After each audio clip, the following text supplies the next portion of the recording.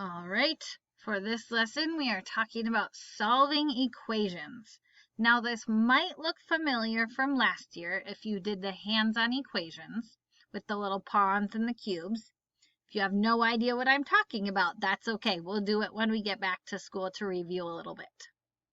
Essentially, when we are solving equations, we're just trying to find the value of the variable that will make the equation true.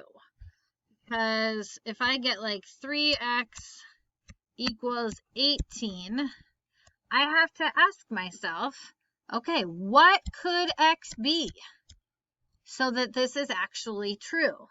Well, 3 times something equals 18. Okay, if I either look at a multiplication chart, list my multiples, or if I know my facts, I know that 3 times 6 equals 18. So that tells me that x has to equal 6. If I have something like y minus 10 equals 2, now I'm not doing 10 minus 2. That's the tempting part. If I did 10 minus 2 and I got 8, and I put 8 in here, is 8 minus 10 2? No, it isn't. So y can't equal 8. But if I think, okay, what would make that true?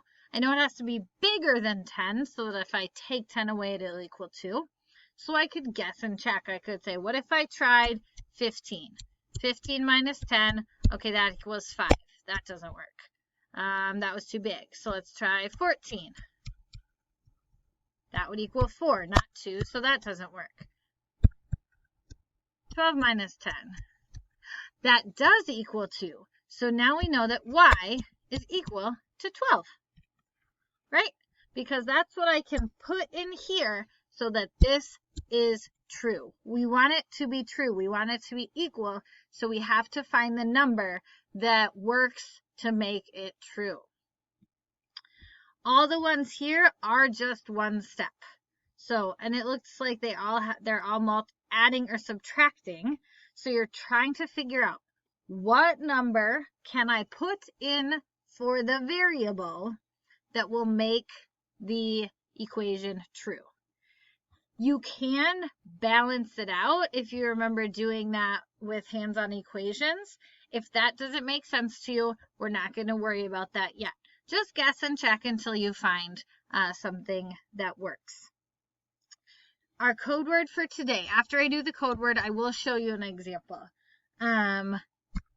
is the code word for today. So say I have a variable and I'm adding something on to get to an answer. I can do the opposite or inverse operation. So I could subtract 22 from this side, and then I can also do it to the other side because it's a balance. I want it to stay equal. If I don't do the same thing to both sides, it won't work. Okay, so I could add on 22, add on 22. That would tell me, subtract 22 because that's the opposite. So if I subtract 22 from both sides, that would tell me what was missing. Okay, again, if you need more help, I am more than happy to help you. Otherwise, give it your best shot.